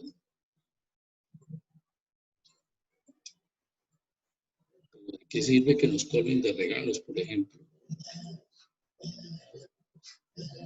Pero por otro lado, están esperando a que nosotros nos comportemos de X o de Y manera.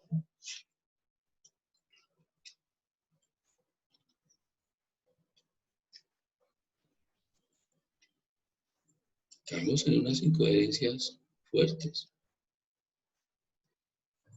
El verdadero amor lo vamos encontrando, o nos vamos encontrando con él a través de cambiar en nuestra mente aquello que nos impide ser humildes, honestos, íntegros, confiados, alegres. Ese es el proceso. El amor no tiene nada que ver con comportamientos adquiridos, y menos en fechas especiales. Lo que el mundo llama amor no es amor. Realmente no es amor.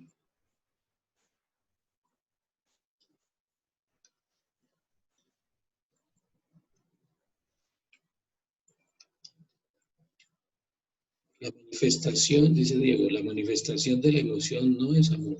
No es amor.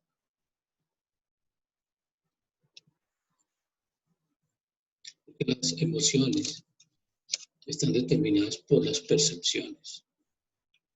Entonces, un mismo comportamiento lo puedo percibir como amoroso o no amoroso.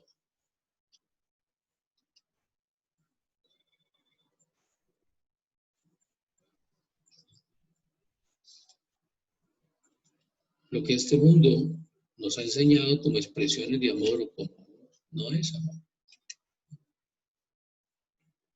No es amor. El ideal sería poder ver el Cristo en el otro, que no es más que reconocerlo en mí mismo. Ese sería el ideal, tal como está escrito allí. La pregunta es, ¿cuáles son mis barreras para poder ver la cara de Cristo en el otro? Buenas noches, Gerardo, muchas gracias. Siendo las 9.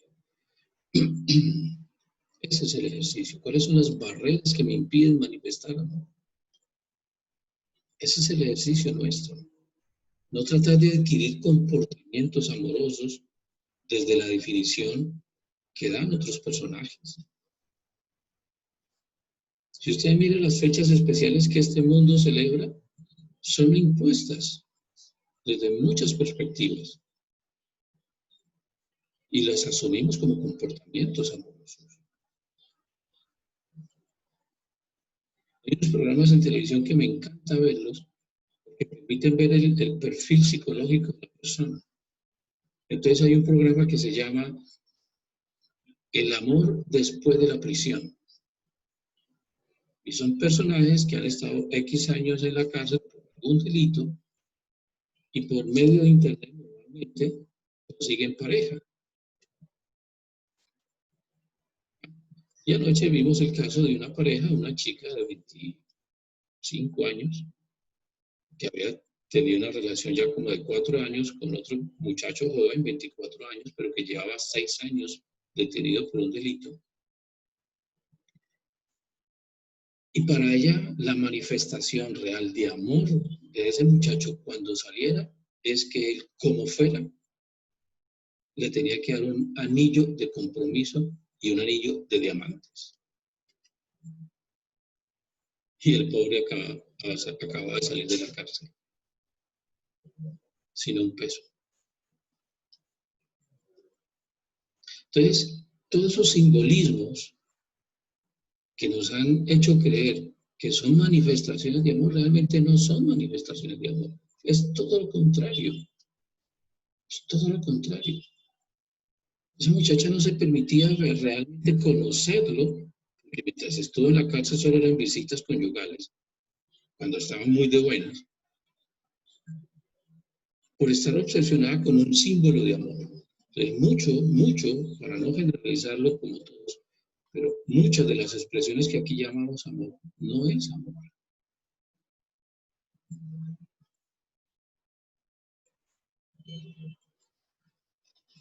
Por eso invito a mirar el respeto, por ejemplo.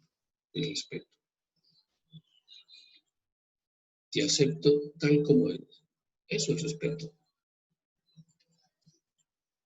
Porque cuando nosotros queremos que el otro cambie, lo que en el fondo realmente queremos es que se comporte como yo espero que se comporte.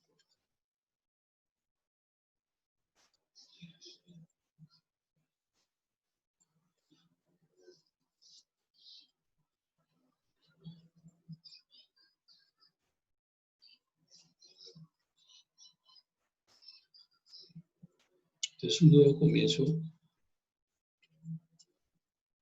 y de lo que quería compartir esta noche,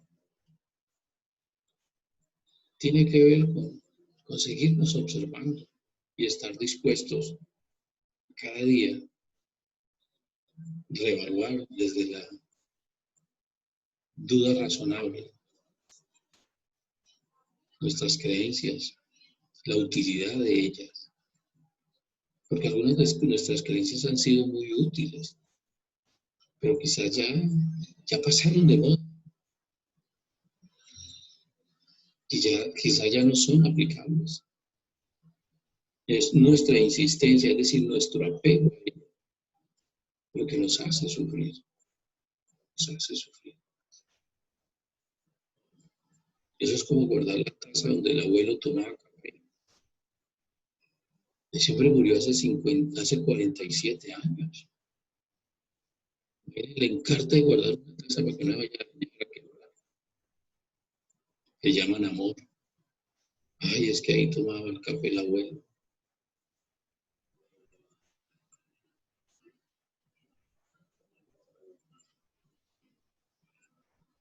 Entonces tiene que ver con observarnos desde esa disposición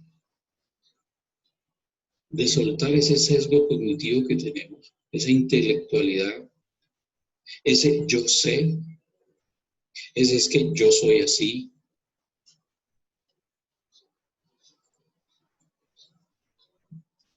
Y cuando aplicamos eso que llamamos valores, desde el curso lo llamamos características, como la confianza, la integridad, la fe, la mansedumbre, el júbilo. Buenas noches, Zuleima. Cuando recorremos ese camino a través de estos valores, necesariamente nos encontramos con un porcio que dice, bienvenidos al amor. Pero, por ejemplo, para ser personas alegres, primero nos tenemos que dar cuenta qué es lo que nos hace sentir triste. ¿Cuál es el business? ¿Cuál es el negocio? ¿Cuál es el beneficio de mantener un estado de tristeza o de sufrimiento? Hasta que no lo hagamos así, no nos vamos a deshacer de la tristeza. Lo que normalmente logramos es adquirir comportamiento, entonces me voy de rumba acá 8 días, hago esto, hago lo otro, salgo a comer, salgo a bailar, salgo a hacer deporte y me lleno de actividades para no tener tiempo de mirar mi tristeza.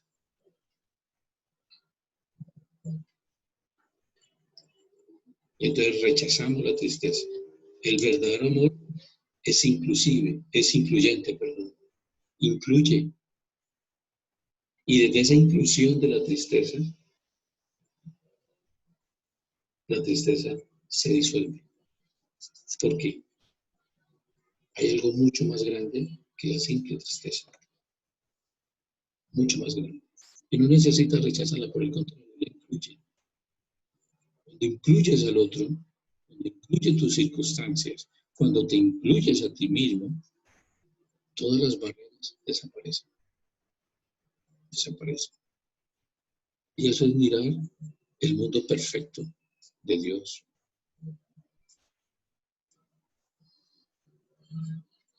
Pero es incluyente. Jamás será excluyente. Es incluyente. Y eso creo que es uno de los pasos que más nos cuesta trabajar. Pero cuando alguien creemos que nos hizo algo, lo queremos desterrar de la vida. Estamos haciendo real el error. Así que la invitación es, como dice Facundo Cabral, recuerdo que hay una canción, hoy es un nuevo día para mirar de nuevo. Cada instante, no esperemos que sea mañana, cada instante es una nueva oportunidad para un nuevo comienzo. Y el nuevo comienzo, insisto, es permitirnos cuestionar nuestras certezas, soltar ese sesgo intelectual que nos hace creer que tenemos la razón. Para quienes siguen un curso de milagros, los invito a que practiquen sus ejercicios. A través de la experiencia van a encontrar el resultado, no a través de la intelectualidad. Para quienes siguen otro camino espiritual, practiquen lo que se les dice allí. Practiquen. Es a través de la práctica que se logra, no es a través de devociones.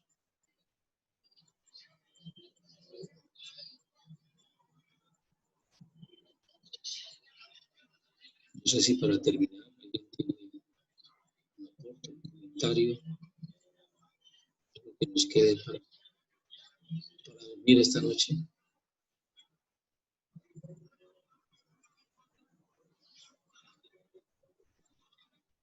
¿Quién se anima? Un nuevo comienzo, el único comienzo. Solo existe este instante, solo existe este comienzo. No existe nada más. Así que buenas noches a todos. Muchas gracias por acompañarme en este proceso. Y aquí seguiremos desaprendiendo. Buenas noches para todos. Muchas gracias.